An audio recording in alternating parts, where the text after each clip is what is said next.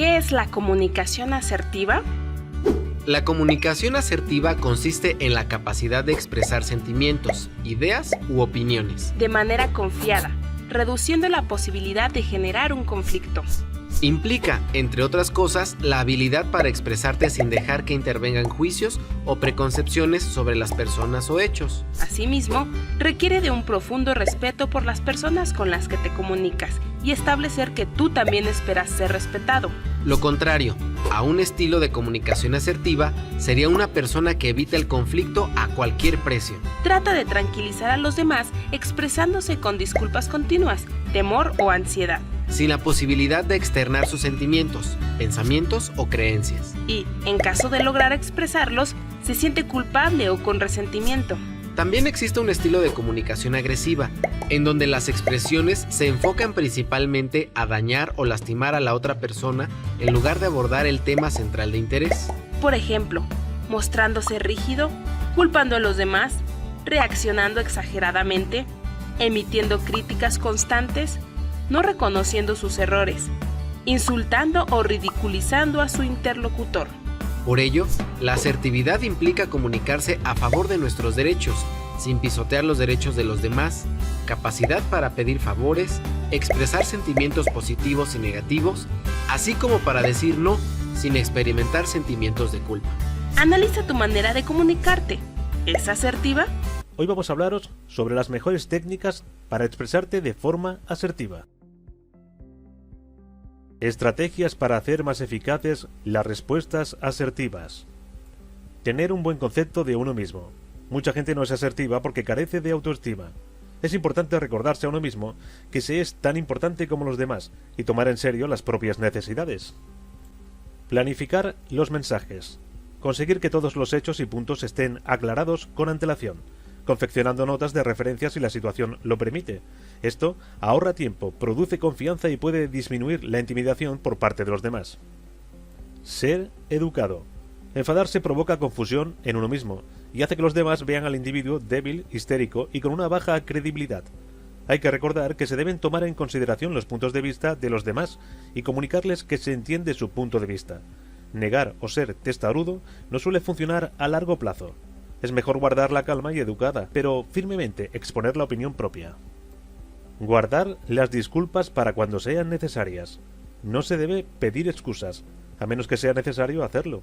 Si se reservan las disculpas para cuando sean apropiadas, no se disminuirá ni su valor ni el propio, y los demás tomarán al individuo en serio para otros asuntos. No arrinconar a los demás. El hecho de hacer esto habitualmente provocará cólera y resentimiento, lo cual siempre dificulta las relaciones. Si uno se quiere asegurar la cooperación de los demás, siempre se les debe proporcionar, cuando sea posible, una salida, con suerte, la salida que uno desea, y se deben esbozar las consecuencias constructivas de tal alternativa para los demás y para uno mismo. Nunca recurrir a las amenazas. Si se responde a cualquier injusticia con fuertes amenazas, la credibilidad y la cooperación que se pretenden desaparecerán. Una afirmación tranquila de los pasos que se está dispuesto a seguir es mucho más eficaz. También, si se afirma que se seguirán una serie de pasos, hay que asegurarse de hacerlo, para que así las respuestas de uno sean tomadas en serio en el futuro. Aceptar la derrota cuando sea necesario. La aserción comporta comprensión cuando las acciones subsiguientes no son constructivas, aceptando la derrota con elegancia, en buenos términos con el otro. Los malos sentimientos saldrán más tarde. Si te ven aceptar situaciones cortésmente tras una discusión, la gente te respetará más. A nadie le gusta ser un mal perdedor. Técnicas o conductas asertivas. Técnicas para afrontar las relaciones sociales con eficacia hay muchas, y estas nos permiten llevar a cabo conductas más asertivas cuando tenemos dificultad en que éstas nos salgan de forma instintiva o natural. A continuación, os mostramos algunas de ellas. Disco rayado. Consiste en la repetición ecuánime y repetida de una frase que exprese claramente lo que deseamos de la otra persona. Esta conducta asertiva nos permite insistir en nuestros legítimos deseos, sin caer en trampas verbales o artimañas manipuladoras del interlocutor, y sin dejarnos desviar del tema que nos importa, hasta lograr nuestro objetivo. Asertividad positiva. Esta forma de conducta asertiva consiste en expresar auténtico afecto y aprecio por otras personas. La asertividad positiva supone que uno se mantiene atento a lo bueno y valioso que hay en los demás, y habiéndose dado cuenta de ello, la persona asertiva está dispuesta a reconocer generosamente eso bueno y valioso y a comunicarlo de forma verbal y no verbal. La aserción negativa. La aserción negativa, por el otro lado, es la expresión de crítica sin ofender al interlocutor y sin amainar en las propias reivindicaciones. Técnica del aplazamiento asertivo.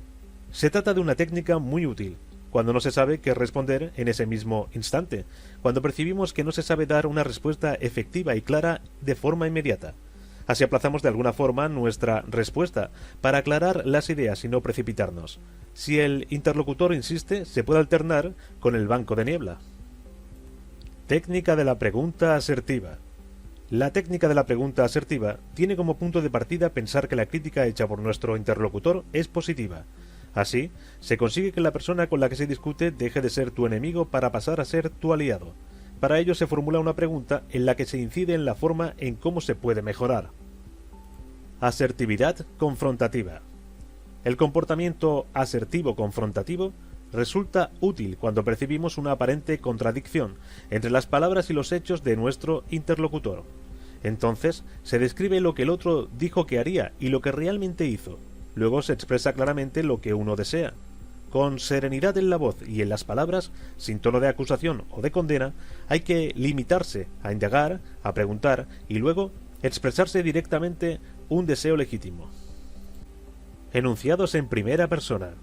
Aquí el procedimiento consiste en describir la conducta no deseada del otro, expresar el sentimiento negativo que nos provoca, explicar la conducta deseada, comentar las consecuencias beneficiosas del cambio deseado, y si éste no se produjera, las consecuencias negativas de tal posibilidad. Lógicamente, todo ello con objetividad y serenidad, en las palabras, gestos y tono de voz. Banco de niebla. El funcionamiento de esta técnica es muy parecido a la del disco rayado. Su principio fundamental es el mismo. El banco de niebla consiste en mantener nuestra postura, pero en este caso, ahora, no solo mantendremos nuestra postura, además, concederemos a la otra persona una parte de razón. Al otorgarle el beneficio de la duda, la otra persona no siente que estemos atacando su criterio, de la misma forma que podría suceder si comenzamos a argumentar nuestro punto de vista. Además, al hacer esto también estamos manteniendo la conversación cerrada, sin crear una invitación a discutir sobre el tema. Hay que recordar que a nosotros nos interesa mantener nuestra postura y que sea respetada, no convencer a la otra persona para que comparta nuestra forma de ver las cosas. Interrogación negativa. La interrogación negativa consiste en solicitar más desarrollo en una afirmación o afirmaciones de contenido crítico procedentes de otra persona. El objetivo es llegar a evidenciar si se trata de una crítica constructiva o manipulativa. Estrategias para desenvolverte en situaciones sociales. Responde a los síntomas de ansiedad que puedas sentir con acercamiento y no con huida o evitación. Ten presente donde te encuentras y no pienses que estás en algún otro lugar. Saluda a la gente de una forma adecuada y con una mirada a los ojos. Escucha atentamente a la gente y elabora mentalmente una lista de posibles temas de conversación. Muestra que quieres hablar. Puede ser bueno hacerlo inicialmente con alguna pregunta, ya que concentra la atención en la persona que realiza la pregunta y en la que se espera que responda. Habla alto y claro, con una entonación adecuada, no susurres. Intenta soportar algunos silencios sin ponerte nervioso o nerviosa. Espera señales de los demás para decidirte dónde sentarte, cuándo tomar una copa o de qué se va a hablar. Aprende a tolerar críticas.